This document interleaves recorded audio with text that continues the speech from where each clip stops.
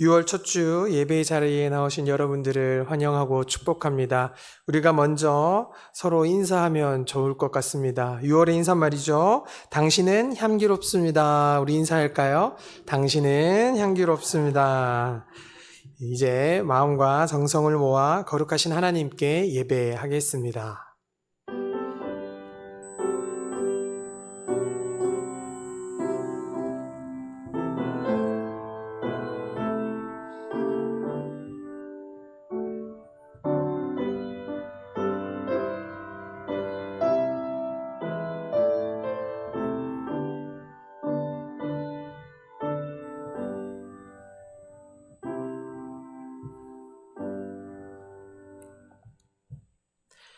자유와 평화를 주시는 하나님 아버지, 나라의 소중함을 다시 한번 마음에 품는 6월을 시작하게 하심에 감사드립니다.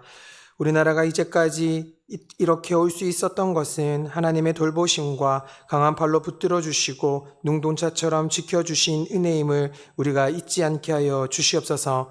그 놀라운 사랑과 은혜를 잊지 않고 나아가는 우리들이 되어 주님을 더욱 바라보고 주님을 향해 걸어가는 이 나라가 될 수 있도록 인도하여 주시옵소서. 예배 자리로 나아갑니다. 온전히 주님만을 바라보며 나아가게 하시고 마음에 있는 것들 다 내려놓고 하나님만 바라보는 귀한 시간 되게 하여 주시옵소서. 이 모든 말씀 예수 그리스도의 이름으로 기도드립니다. 아멘. 다 함께 찬송가 94장 찬양하겠습니다. 찬송가 94장입니다.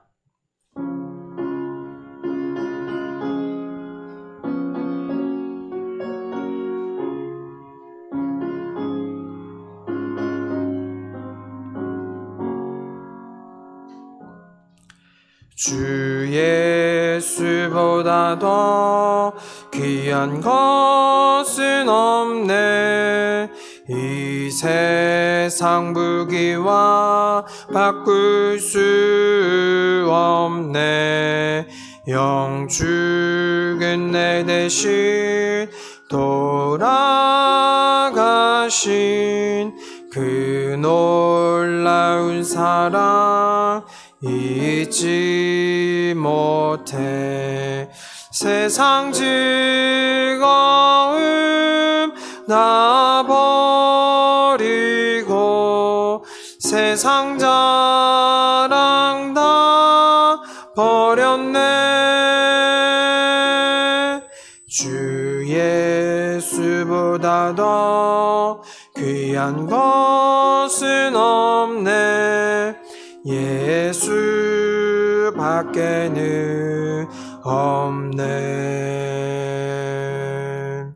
주 예수보다 더 귀한 것은 없네.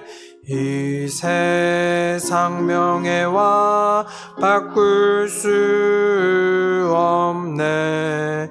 이전에 즐기던 세상 일도 주 사랑하는 마음 뺏지 못해. 세상 즐거움 나 버리고 세상 자랑 다 버렸네. 주 예수보다 더 귀한 것은 없네. 예수 밖에는 없네. 주 예수보다 더 귀한 것은 없네. 이 세상 행복과 바꿀 수 없네. 유혹과 핍박이 몰려와도 주 섬기는 내 맘 변치 않아. 세상 즐거움 다 버리고 세상 자랑 다 버렸네.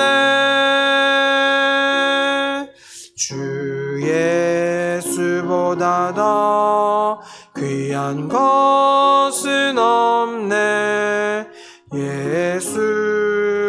예수밖에는 없네. 이어서 찬송가 516장 다 함께 찬양하겠습니다. 516장입니다.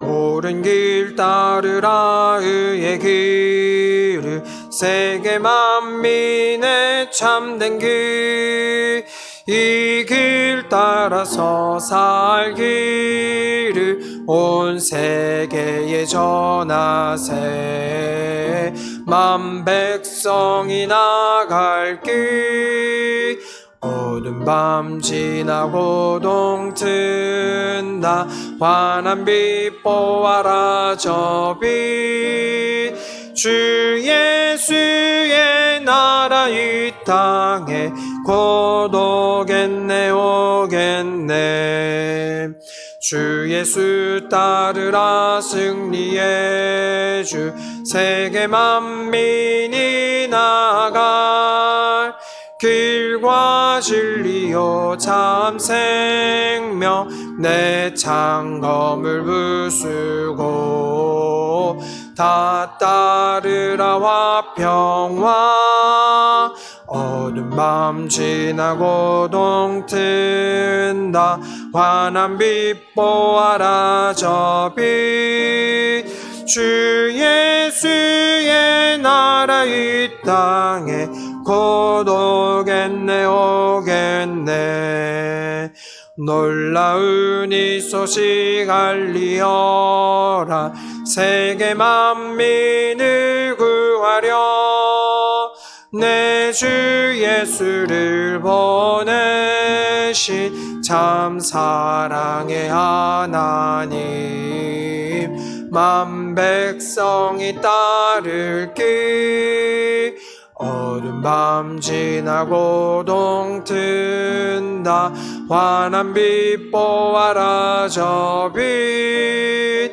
주 예수의 나라 이 땅에 곧 오겠네 오겠네 고난 길에 치고 찾아온 길 많은 백성을 구한 길 모두 나와서 믿으면 온 세상이 마침내 이 진리에 살겠네 어두운 밤 지나고 동튼다 환한 빛 보아라 저 빛 주 예수의 나라 이 땅에 곧 오겠네 오겠네.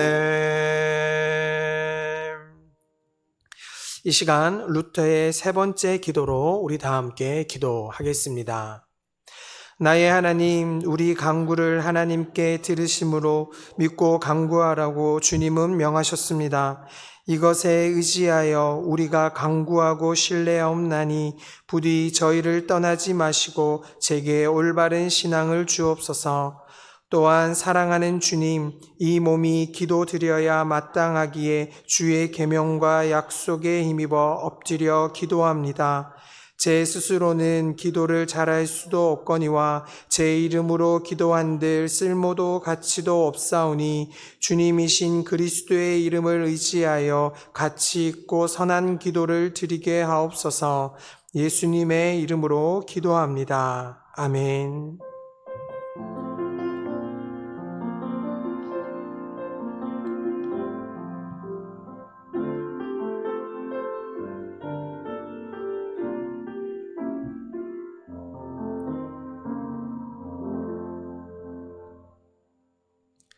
하나님께서 오늘 우리에게 주신 말씀은 사도행전 19장 21절에서 41절까지의 말씀입니다.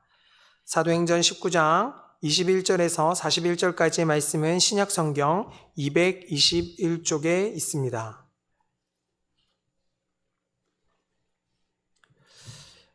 이제 하나님의 말씀을 다 함께 교독하겠습니다. 이 일이 있은 후에 바울이 마게도냐와 이가야를 거쳐 예루살렘에 가기로 작정하여 이르되 내가 거기 갔다가 후에 로마도 보아야 하리라 하고,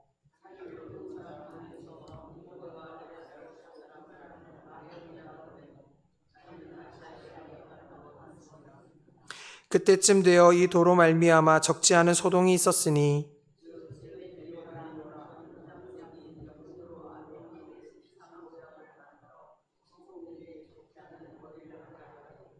그가 그 직공들과 그러한 영업하는 자들을 모아 이르되 여러분도 알거니와 우리의 풍족한 생활이 이 생업에 있는데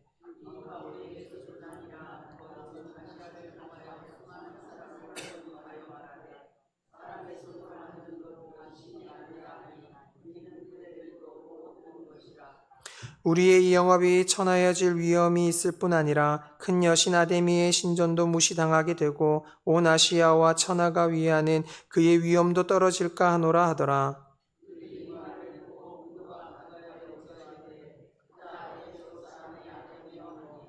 온 시내가 요란하여 바울과 같이 다니는 마게도냐 사람 가이오와 아리스다고를 붙들어 일제히 연극장으로 달려 들어가는지라. 또 아시아 관리 중에 바울의 친구된 어떤 이들이 그에게 통지하여 연극장에 들어가지 말라 권하더라.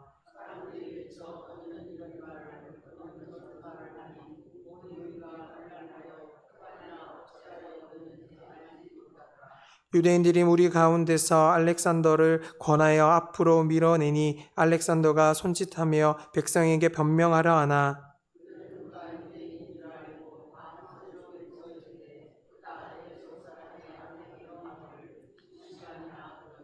서기장이 무리를 진정시키고 이르되 에베소 사람들아, 에베소시가 큰 아데미와 제우스에게서 내려온 우상의 신전지기가 된 줄을 누가 알지 못하겠느냐.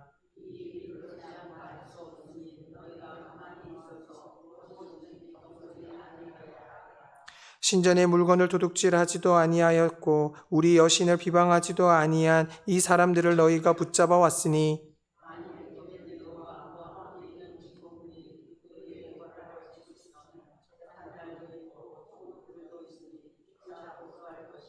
만일 그 외에 무엇을 원하면 정식으로 민회에서 결정할지라.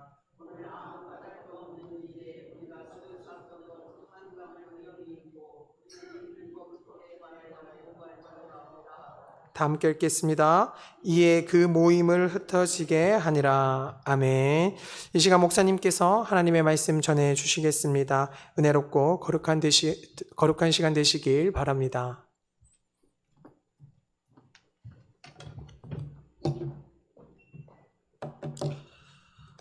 광고 말씀 먼저 드리겠습니다. 내일 주민인문학 아카데미 있습니다. 바흐와 그리고 비발디를 연주하게 돼서 우리가 듣고 또 그 속에 담긴 이야기들을 들을 텐데요. 바흐는 여러분들이 잘 아시는 대로 우리 성가곡에서는 빼놓을 수 없는 사람이죠. 그 기독교 음악에 있어서는 거장이고 또 기독교 음악의 전통을 세워놓은 아주 아름다운 사람입니다. 그래서 내일 바흐를 만날 수도 있고, 비발디는 여러분들이 잘 아시는 대로 사계가 대표적인 그 음악 아닙니까? 그리고 여러 그 음악 작품들을 남기게 되었는데요. 기억하시고 내일 오시면 아주 귀한 시간 되리라 생각됩니다. 집중 강좌가 15일과 22일 있습니다. 어린이들, 청소년들을 기반으로 해서 구역을 세워서 거기에 어른들까지 이렇게 속해 있는 거예요. 그래서 교회 학교 중심의 구역을 운영하는 그런 교회입니다. 어떻게 그런 일이 가능하고 그것들이 지금 어떻게 교회를 변화시켜 가고 있는지 얘기를 듣게 될 것입니다. 2주에 걸쳐서 있는데요. 관심 가지시고 함께 모여주시면 감사하겠습니다. 토요마을 돌봄 잘 진행될 수 있도록 위해서 기도해 주시기 바랍니다. 잠시 기도하겠습니다. 하나님 아버지, 우리가 복음의 사람들입니다. 복음의 사람들답게 복음의 전파 과정에서 일어난 이 이야기를 통하여 우리 모두가 가슴에 담아야 할 주님께서 주시는 메시지를 놓치지 않을 수 있도록 인도하여 주시옵소서. 예수님 이름으로 기도드립니다. 아멘. 기독교라고 하는 새로운 종교가 이 땅에 태어나게 됐어요. 그런데 굉장히 작은 규모로 시작됐죠. 예수님부터 시작을 한다면 12명 정도, 또 그룹을 좀 더 확대시켜보면 한 400명, 500명 정도 되는 그룹이 이제 기독교의 시작의 그룹이다. 이렇게 말씀드릴 수 있겠습니다. 그러니까 전 세계적인 입장에서 보면, 그리고 그 당시 유대교나 그리고 그 지역에 있는 여러 나라들 입장에서 보면 그저 별것 아닙니다. 몇 사람들이 모여서 어떤 가치, 어떤 신념, 자기들의 종교를 끌고 가고 있는 것에 불과했습니다. 그런데 이게 점점 이제 확대되게 되고, 예루살렘에서만 그게 시작된 게 아니라 이제 예루살렘에서 전역으로 퍼져나가면서 사마리아, 그리고 이제 유럽 지역까지, 아시아 지역까지 전파되었지 않습니까? 그런데 그 기세가 대단했습니다. 초기에는 유대인들조차 예수님을 따르는 사람들을 유대 종파의 한 그룹으로 봤어요. 그러니까 유대 종파니까 그저 유대교 입장에서 보면 이런 주장을 하는 사람도 있고 저런 주장을 하는 사람도 있는 것 아니겠습니까? 우리 개신교에도 장로교가 있는가 하면 감리교도 있고 침례교도 있고 성결교도 있고 뭐 다른 교단들 순복음도 있고 여러 교단들이 있으니까 그게 그렇게 불편한 일은 아니거든요. 그런데 이단 같아 보이기 시작한 거예요. 우리와는 다른 종류구나라고 시작되면서 이제 유대교로부터의 핍박이 시작됐어요. 그런데 그래도 지금까지는 뭔가 사적인 공동체, 그리고 그렇게 사회 전체에 영향을 미치지 못하는 공동체였습니다. 그런데 이 공동체가 국가적으로, 사회적으로 영향을 미치기 시작했어요. 그 이유는 무엇 때문이냐면, 우리가 복음을 믿는다고 하는 것은 하나님의 나라가 우리에게 임한다, 그렇게 얘기를 합니다. 그런데 이 하나님의 나라라고 하는 입장을 살펴보면 복음이 개별화되지 않습니다. 나 혼자 예수 잘 믿고 천국 가는 건 복음이 아니에요. 왜냐하면 하나님 나라라고 하는 관점에서 해석할 수 없는 겁니다. 그건 굉장히 사적인 부분이거든요. 그런데 복음은 본래부터 사적인 성격이 아니라 공적인 성격을 가졌어요. 우리나라에서도 복음이 들어왔을 때 처음에는 사적인 성격에서 출발됩니다. 그렇잖아요? 내가 예수 믿고 구원받아서 하나님 나라에 들어가는 게 사회 전체적으로 문제가 없는 거예요. 그 사람의 문제죠. 그렇죠? 문제가 있더라도 그 한 사람의 문제지 여러 사람의 문제는 아니었거든요. 그런데 교회가 세워져요. 마을에 교회가 세워집니다. 교회가 세워져서 제가 어렸을 때 자란 교회는 300명, 뭐 많을 때는 한 500명까지, 아이들까지 하면 한 7, 800명 모이는 그런 공동체였는데, 마을에서 그 정도 사람들이 모이게 되니까 예수 믿는 사람들에 대한 생각이 달라지기 시작했어요. 사회적 변화가 일어납니다. 술집이 잘 안 되기 시작했고요. 그리고 또 제사 드리는 제사 제도가 마을에서 사라지기 시작해요. 그러니까 전통적으로 그 유교적 관점에서 보면 몹쓸 사람들이에요. 옛날에는 후레자식들이라고 그랬다고. 부모님을 안 모신다고. 그러면서 사회적으로 굉장히 큰 파장을 불러일으켰거든요. 그런데 교사가 강하니까 사회적 파장이 오히려 더 밀리게 된 거죠. 그래서 제가 살던 그 동네에서는 기독교 인구 수가 90%가 넘는 그런 동네로 변화되고 말았습니다. 이 얘기는 뭐냐면 예수 믿는 복음이라고 하는 게 그저 단지 내가 예수님을 마음속으로 믿고 천국 가는 이야기가 아니라 공적인 영역에서의 문제구나 하는 것을 알 수 있습니다. 따라서 바울 선교는 사적으로 출발된 것으로 보였으나 하나님의 나라를 전파한다고 하는 일이 공적인 영역에서 영향으로 나타나게 되었고, 이것이 이제는 한 시를 뒤흔들어 놓는 역사로 나타나게 된 것입니다. 여기서 우리가 기억해야 될 것 있습니다. 우리가 예수님을 믿는다고 하는 것은 나 혼자 예수님을 믿고 구원받는 내용을 넘어서는 영역에서의 활동이라는 겁니다. 내가 예수 믿고 움직이면 내 가게가 어떻게 경영되는지, 내가 직장에서 어떤 방식으로 존재하는지, 그리고 다른 사람들과 어떻게 관계하는지를 모두가 쳐다보게 돼 있어요. 모두가 쳐다본다는 이야기는 내가 지금 사적으로 살고 있는 게 아니라 공적으로 살고 있다는 겁니다. 예수를 믿는 순간부터 우리는 그렇게 돼요. 그래서 예수 믿는 사람들이 늘 어떤 생각을 해야 되느냐 하면 나는 공인이라고 생각해야 돼요. 지금 한국 교회의 심각한 문제가 뭐냐면 난 공인 아니라고 생각해요. 내가 유명하지도 않고 뭐 대단하지도 않은데. 아니에요. 여러분은 이미 유명해요. 가령 예를 들면 내가 예수 믿어서 우리 집안에서 처음으로 예수 믿었어요. 제삿날이 됐네. 절하지 말라는 기독교 전통에 의해서 내가 절하지 않아. 그 순간부터 나는 어느 영역으로 들어간 거예요? 공적 영역으로 들어간 거예요. 사적인 영역이 아니에요. 집안 사람이 다 알아요. 제사할 때 절 안 해. 이때부터 그럼 두고 보자 이렇게 하는 거예요. 네 어떻게 말하는지 두고 보자. 너 어떻게 행동하는지 두고 보자. 형제 자매들 사이에서 너 어떻게 존재하는지 두고 보자. 그런데 그게 그 집안 한 가정만의 문제가 됩니까? 동네 사람이 다 알게 된다고요. 저 집안에 예수 믿는 사람이 하나 나타났는데 제사할 때 절도 안 한대. 그 사람 어떻게 사는지 어떤 생각을 가지고 있는지 한번 두고 보자 이런 거예요. 그때 선한 영향력을 미치지 못하면 기독교 선교가 실패하는 겁니다. 그러니까 결국은 나라고 하는 존재가 어떻게 선한 영향력으로 세상 가운데 존재할 건가 하는 것이 우리의 과제입니다. 이번에 이제 대통령 선거가 결과가 나와서 이재명 대통령 시대가 열리게 되었습니다. 어떤 지도자가 대통령이 되느냐에 대해서 우리 기독교인들이 굉장히 민감한 반응을 보여요. 근데 저는 그건 2차적인 문제라고 생각합니다. 1차적으로는 우리가 설득해야 되는 건 대통령이 아니에요. 우리가 설득해야 되는 대상은 정부가 아니에요. 우리가 설득해야 하는 대상은 우리 이웃입니다. 우리 동네고요.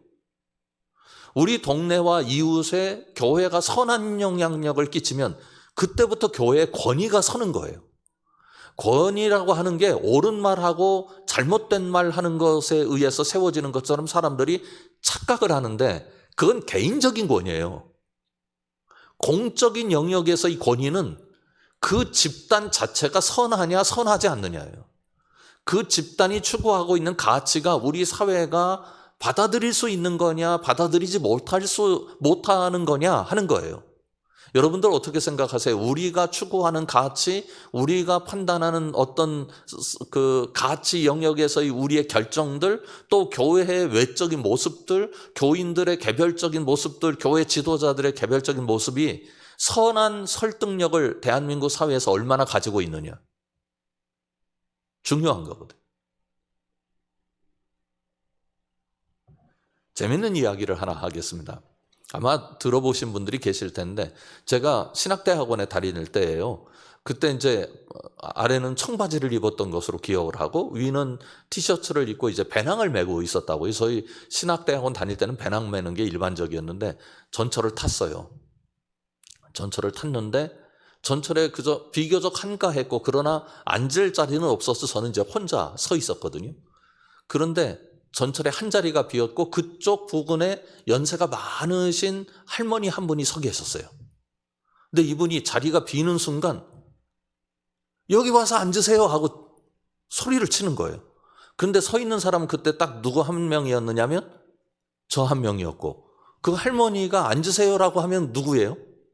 저밖에 없는 거 아니에요. 그래서 주변에 둘러봤어요. 제가 잘못 봤나 그랬더니 아무도 없어요. 누구였느냐면 제가 그 당시에 갈보리교회 교육전도사였는데 갈보리교회 할머니 권사님이에요. 그 할머니 권사님은 얼마나 귀한 마음을 가지고 당신이 연세가 많으신데 저는 새파란 젊은인데 저보고 앉으라 그랬어요. 20대 아니었습니까? 그런데 이게 사회적인 메시지는 어떻겠냐는 거예요. 여러분이 생각하기에는 어떠세요? 그 모습이 예수 안 믿는 사람들 입장에서 보면 와, 저 이상한 집단이다. 어떻게 할머니가 20대 청년 보고 와서 앉으라고 저렇게 얘기를 하지? 우리에게는 너무나 아름다운 모습처럼 보일 가능성이 있는 이 모습이 공적인 영역에서는 그렇지 않을 수 있다는 거예요. 여러분 막 식당에서 권사님, 장로님, 집사님 떠들어 보세요. 그러면 주변에 있는 사람들이 당장 우리 집단을 뭐라고 봐요? 무례한 집단. 아랑곳하지 않고 자기들 외에는 아무것도 안 보이는 거예요. 그럼 저 사람들하고 안 놀아 이렇게 되는 거예요. 자, 오늘 주신 말씀은 에베소라고 하는 그 시라고 하는 그 당시의 문명의 도시죠. 에베소가 뭐 도서관이 엄청났거든요. 셀수스 도서관도 가보면 정말 그 시대에 그런 도서관을 지을 수 있을까 싶을 정도로 그 유적지가 정말 찬란합니다. 현재에도 그런 도시를 만들어낼 수 있을까 싶을 정도로 어마어마해요. 그런 도시에 기독교가 파장을 일으킵니다. 그럴 때 우리 그리스도인들이 어떻게 이 일을 감당했는지, 그러니까 선교적 장애물이 나타나게 된 거죠. 그 이야기를 오늘 성경이 보여주고 있습니다. 이야기는 어렵지 않아요. 길지만 그 당시 에베소가 어떤 도시였느냐, 아데미라고 하는 여신을 중심으로 한 도시였다 하는 것을 알 수 있습니다. 한번 아데미 신상을 여러분들에게 그림을 보여드릴 텐데 여러 차례 보셨을 거예요. 그런데 우리가 주목해서 봐야 할 부분이 어떤 부분이냐면, 아데미 여신이라고 하는 이 여신 위에 쓴 관이에요. 이게 바벨론 성이거든요. 그러니까 아데미라고 하는 여신을 섬기는 것은 바벨론의 찬란한 문명, 문화, 풍요함, 그것들을 에베소 사람들이 추구하고 있었다는 것을 대표적으로 보여줍니다. 그리고 그 밑에는 뭐가 있느냐면 그 여성의 유방이 있죠. 24개가 있어요. 그리고 그 밑에는 니무롯을 상징하는 사자, 호랑이 그런 것들이 그려져 있습니다. 몸통에 조그맣게 그려져 있는 게, 이거 확대해서 보여드리지 못해서 죄송하다는 생각이 드는데 여러분들 구글링 해보시면 언제든지 이거 자세히 보실 수 있어요. 그러니까 이 아데미라고 하는 여신의 존재는 어떤 존재냐면 에베소 사람들을 어떻게 하는 여신이에요? 잘 먹고 잘 살게 해주는 여신이에요. 풍요의 여신이라고요.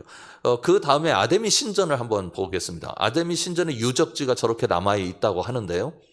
그런데 그 유적지를 복원하면 저렇게 될 것이다 이렇게 이야기를 합니다.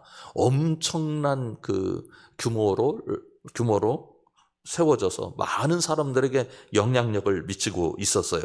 그런데 이 아데미 여신이 어느 정도 영향력을 미치고 있는지 성경을 통해서 한번 보겠습니다. 23절을 보십시오. 23절에 보면 그때쯤 되어 이 도로 말미암아, 이 도는 복음을 얘기합니다. 그런데 복음이라고 얘기하지 않고 도라고 얘기하는 이유는 뭐냐면 삶의 길을 가르쳐준다. 삶의 길이라고 하는 게 우리가 어디서 살아요? 교회 안에서 살지 않고 세상에서 살잖아요. 세상에서 우리가 어떻게 살아야 하는지에 관한 부분까지 복음이 확대되었다. 다시 말하면 하나님의 나라라고 하는 모습을 세상 사람들이 인식하기 시작했다는 거예요. 돈을 쓰는 방식이 다르고 문화 사용 방식이 다르고 정치인을 바라보는 방식이 다르고 다 달라요. 그러니까 이 사람들 전혀 다른 질의 공동체네, 다른 가치관을 가진 공동체네, 이렇게 생각을 하게 된 거죠. 그래서 소동이 일어났다 하는 건데, 소동의 이유가 24절 이후에 나오고 있습니다. 즉 데메드리오라 하는 어떤 은장색이 은으로 아데미의 신상 모형을 만들어 직공들에게 적지 않은 벌이를 하게 하더니 그가 그 직공들과 그러한 영업하는 자들을 모아 이르되 여러분도 알거니와 우리의 풍족한 생활이 이 생업에 있었는데, 이렇게 얘기를 합니다. 그러니까 아데미 신을 섬기는 것이 무엇과 지금 결탁되어 있느냐면 당시 사회의 경제 활동과 결탁되어 있다 하는 것을 알 수 있어요. 가령 교회도 그렇지 않습니까? 교회가 세워지면 교회가 쓰는 물건들이 있잖아요. 기독교 용품들이 있죠. 그럼 기독교 용품점이 생기고, 교회가 차량을 소비하고 여러 가지 소비들을 하면서 소비 행태가 생긴다고요. 그래서 어느 교회는 가령 예를 들면 기독교 백화점을 경영하는 분이 2분이 계셔. 그럼 이거 돌아가면서 사야지. 어려움이 있거든요. 우리 교우들 중에도 가령 예를 들면 음식점을 하시는 분들이 있어요. 근데 우리 교우들이 A라는 음식점에는 자주 가고 B라는 음식점에는 자주 안 가. 그럼 B라는 음식점을 경영하는 분이 얼마나 마음 상하겠어요. 그러니까 우리가 종교 활동을 하는 것 같지만 사실은 이게 사회 활동이 되어버리는 거죠. 아데미 신상이 세워지고 그게 축제로 벌이는데, 축제가 일어나는데 1년에 한 번씩이요. 에베소에서 가장 큰 축제였습니다. 축제가 일어나면 그 아데미 신상이 앞에 서고 유방이 24개라고 했지 않습니까? 그 24개 유방을 상징하는 여사제들이 하얀 옷을 입고 그 뒤를 따릅니다. 그 뒤로 남성들이 그 당시에 고환을 바쳤다, 우리는. 그래서 남자 사제들이 있었는데요. 그 남자 사제들 수십 명이 또 뒤를 따르고요.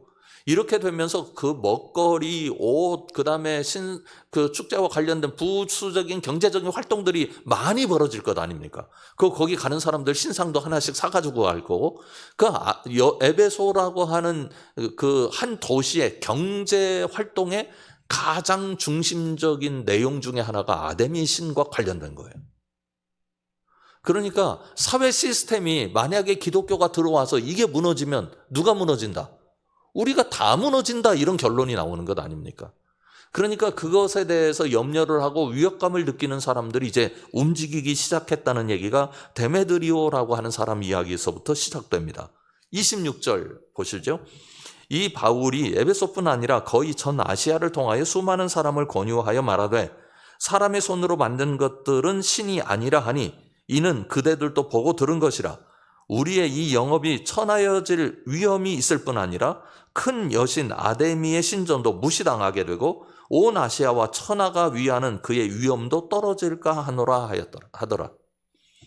그러니까 아데미라고 하는 한 신을 만들어 놓고 이 신을 섬기는 이 사회적 제도가 경제와 관련이 되고 문화와 관련이 되고 그리고 또 그 지역의 가치관과 관련이 되어서 한 사회의 시스템을 끌고 가는 가장 강력한 힘이었다는 것을 알 수 있습니다. 그래서 이거 그냥 놔두면 안 된다. 심지어 우리 지역만 그런 게 아니다. 전 아시아 지역이 그러하다. 그런 영향권 아래에 있으니 우리 큰일 났다. 우리가 먹고 사는 일이 어렵게 됐다. 누구 때문에? 바울 때문에. 복음 때문에 이렇게 되는 겁니다.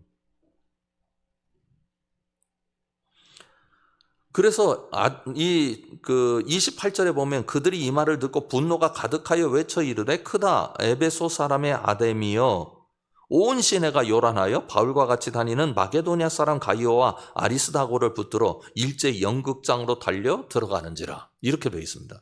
그러니까 이게 그 은장색 데메드리오의 이야기로부터 시작된 이 이야기가 에베소 시내 전체를 뒤흔들어 놓는 하나의 이슈가 된 이유는 아데미 여신의 영향력 때문입니다. 그런데 그 영향력이라고 하는 게 단지 종교적인 영향력이 아니라 먹고 사는 문제와 다 관련이 있고 사회, 문화, 가치와 관련이 있어서 그 사회 전체를 아우르는 시스템이 흔들리는 그것으로 그 당시에 사람들이 판단을 했기 때문에 이렇게 된 거죠. 그런데 32절 끝에 보면 이런 말씀이 있어요. 사람들이 외쳐 어떤 이들은 이런 말을 그러다가 맨 끝에 줄에 보면 태반이나 어찌하여 모였는지 알지 못하더라. 이게 그러니까 가치적으로 이 그 주장에 대해서 내가 동의하고 나도 그 주장을 펴는 사람입니다라고 이야기하는 게 아니라 그냥 사람들이 아데미 얘기면 다 끌려다닌다. 이런 얘기거든요.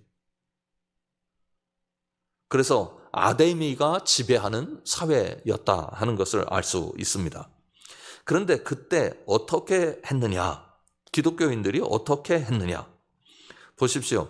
33절의 이하에 나타나요. 유대인들이 무리 가운데서 알렉산더를 권하여 앞으로 밀어내니 알렉산더가 손짓하여 백성에게 변명하려 하나 이게 아니다라고 변명하려고 한다는 거죠. 그들은 그가 유대인인 줄 알고 다 한 소리로 외쳐 이르되 크다 에베소 사람의 아데미여 하기를 2시간이나 하더니 그러니까 어떤 알렉산더라는 사람이 나타나서 무슨 얘기를 하려고 하는데 이 사람이 유대인인 줄 알고 아예 바른 기회조차 주지 않았다는 거죠. 이 사람들이 얼마나 분노했는지를 알 수 있습니다. 그런데 참 재밌는 부분이 나타나요. 여기에서 바울의 대응이 하나도 기록되어 있지 않다는 겁니다. 바울이 그러면 뭔가 성령의 권능을 받고 그들 앞에 나가서 무슨 지진을 일으키든지 아니면 사람이 죽어나가는 일을 하든지 아니면 그 엄청난 능력이 나타나서 사람들이 벌벌 떨게 만들든지 뭔가 있어야 될 것 아닙니까? 그런데 어떤 사람이 움직이고 있는지를 성경이 쓰고 있습니다. 서기장이 35절 보십시오. 서기장이 무리를 진정시키고 이르되 에베소 사람들아 에베소 시가 큰 아데미와 제우스에게서 내려온 우상의 신전지기가 된 줄을 누가 알지 못하겠느냐. 우리가 다 아는 바다 인정하는 거죠. 이 일이 그렇지 않다 할 수 없으니 너희는 가만히 있어 무엇이든지 경솔이 아니하여야 하리라. 우리가 다 이런 세상 속에서 살고 있는데 저 조그만 사람들, 몇몇 안 되는 사람들의 이야기에 대해서 우리가 반응할 이유가 뭐가 있겠느냐? 그러면서 실정법을 어기지 않았다는 사실을 드러냅니다. 37절 보십시오. 신전의 물건을 도둑질하지도 아니하였고 우리 여신을 비방하지도 아니한 이 사람들을 너희가 붙잡아 왔으니 만일 데메드리오와 그와 함께 있는 직공들이 누구에게 고발할 것이 있으면 재판날도 있고 총독들도 있으니 피차 고소할 것이요. 총독이라고 하는 거는 거기에 이제 파견돼서 그 지역을 다스리는 사람을 말하죠. 이 사람들이 실정법을 어겼으면 구체적인 법적인 절차를 통해서 모든 수순을 다 밟아라. 그래서 판단하는 것이 옳지, 이렇게 군중을 선동을 해가지고 이 사람들을 제거하려고 하는 것은 옳지 못하다. 그러면서 39절에 보면 만일 그 외에 무엇을 원하면 정식으로 민회에서 결정할지니라. 이렇게 말씀합니다. 로마 제국에는 원로원이 있었죠. 국가의 지도자들이 모여서 공동체를 만들어가지고 국가적 대사를 결정하는 기관입니다. 그런 것처럼 그 원론을 흉내낸 그 모임들이 지역마다 있었어요. 그것을 민회라고 부르는데 재판권을 가지고 있으니까 정식으로 모든 것을 결정하고 논의하자 이렇게 제안합니다. 그런데 40절에 보면 오늘 아무 까닭도 없는 이 일에 우리가 소요 사건으로 책망받을 위험이 있고 우리는 이 불법 집회에 관하여 보고할 자료가 없다 하고 이에 그 모임을 흩어지게 하니라 이렇게 말씀하고 있어요. 그런데 우리가 하나 기억할 일이 있습니다. 그 21절을 보면 이 일이 있은 후에 바울이 마게도냐와 아가야를 거쳐 예루살렘에 가기로 작정하여 이르되 내가 거기 갔다가 후에 로마도 보아야 하리라 하고 자기를 돕는 사람 중에서 디모데와 에라스도 두 사람을 마게도냐로 보내고 자기는 아시아에 얼마 동안 더 있으니라 이렇게 이야기를 하고 있거든요. 이 이야기를 통해서 바울이 지금 이 사건과 연루되어 있다는 사실을 알 수 있습니다. 그런데 30절 가보십시오. 30절에 보면 이렇게 돼 있어요. 30절, 31절. 바울이 백성 가운데로 들어가고자 하나 제자들이 말리고 또 31절 아시아 관리 중에 바울의 친구된 어떤 이들이 그에게 통지하여 연극장에 들어가지 말라 권하더라. 그러니까 바울이 직접적으로 개입하지 않고 이 일이 로마 시스템에 의해서 온전하게 해결될 수 있도록 하는 것에 대해서 기다려줍니다. 우리가 여기서 하나 선교 전략을 배워야 하고 교회가 세상을 어떻게 선교해야 되느냐에 대해서 배워야 합니다. 그것은 어떤 거냐면 하나님께서 교회만 이 땅에 주시지 않았다는 겁니다. 무슨 말씀이냐면 이 땅의 모든 것들이 하나님의 통치 아래에 있어요. 그래서 교회가 선교를 할 때는 이 모든 것들을 지혜로 우리에게 묶어주시는 하나님의 역사가 함께 움직인다고요. 지금 에베소에서 이런 난리가 났고 바울이 나서서 이것을 해결해야 되겠다. 하나님께서 능력을 주셔서 이걸 해결해 주시는 것이 우리에게 유익합니다 라고 생각을 한다면 바울을 통해서 하나님께서 역사하셨을 겁니다. 그러니까 우리는 두 가지 지혜를 가지고 있는 사람들이에요. 어떤 거냐면 하나님의 직접적인 지혜, 하나님의 권능, 또 하나는 하나님의 이 세상을 향한 다스림. 이 두 가지에 관한 생각을 늘 할 수 있어야 돼요. 여러분, 우리가 예수 믿는 사람이고 또 예수 믿는 사람으로서 살아가면서 예수 믿는 사람한테만 교회에만 도움을 받는 건 아니잖아요. 참 재밌는 이야기를 하나 하고 마치겠습니다. 홍동환 목사님이라는 분이 계세요. 농촌에서 선교 운동을 하시는 아주 훌륭한 분입니다. 그런데 이분이 농촌 선교를 하겠다고 저 강원도 골짜기에 들어가셨어요. 근데 골짜기에서 신학교를 졸업한 전도사 한 명이 온다고 하니까 이거 가만 놔두면 안 되겠다. 꼼짝 못하게 만들어야지 해서 절대 예수 믿으라고 얘기 안 하기. 이 하나 조건과 두 번째로는 절대 교회 짓지 않기. 이것만 하면 이 동네 살아도 된다. 그랬어요. 그 약속을 했어요. 선교하러 간 사람이 예수 믿으라고 얘기라도 안 하고 또 교회를 못 지으면 어떡합니까? 큰일 아닙니까? 근데 이 목사님 생각은 달랐어요. 전도사님. 그래서 이분이 그때부터 동네 어른들 일하는 곳마다 찾아가서 일을 하기 시작합니다. 그런데 동네 어른들이 가만히 보니까 젊은 사람이 동네 와서 여기저기 움직이니까 너무 좋은 거예요. 예수 믿으라고도 안 하지.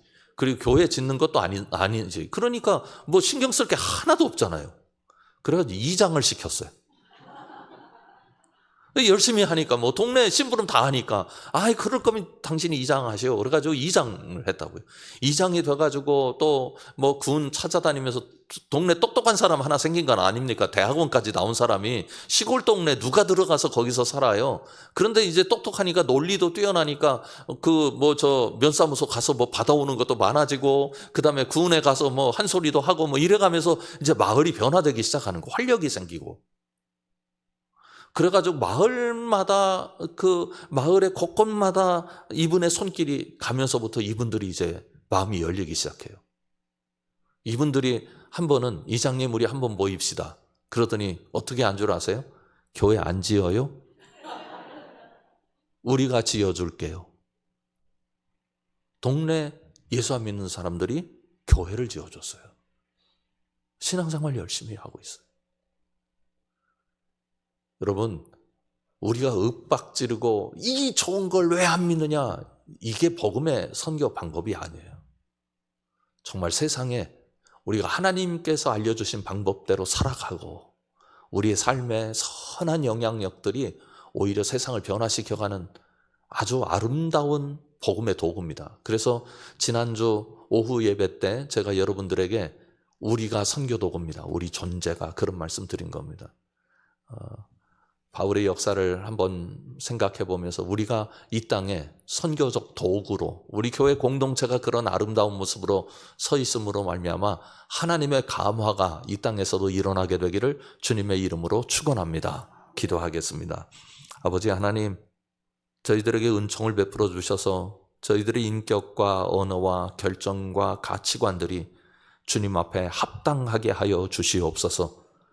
이 땅에 우리가 권위자로 서지 않게 하여 주시옵고 섬기는 자로 서게 하여 주시오며 이 땅 사람들에게 시키고 가르치는 사람들이 아니라 섬기고 봉사하고 세워주는 사람들로 살아감으로 말미암아 이 땅에서 예수 그리스도의 향기가 나타나도록 하는 일에 우리가 모두 참여하도록 복을 내려 주시옵소서. 예수 그리스도의 이름으로 간절히 기도드립니다. 아멘. 하늘에 계신 우리 아버지, 아버지의 이름을 거룩하게 하시며 아버지의 나라가 오게 하시며 아버지의 뜻이 하늘에서와 같이 땅에서도 이루어지게 하소서. 오늘 우리에게 일용할 양식을 주시고 우리가 우리에게 잘못한 사람을 용서하여 준 것 같이 우리 죄를 용서하여 주시고 우리를 시험에 빠지지 않게 하시고 악에서 구하소서. 나라와 권능과 영광이 영원히 아버지의 것입니다. 아멘.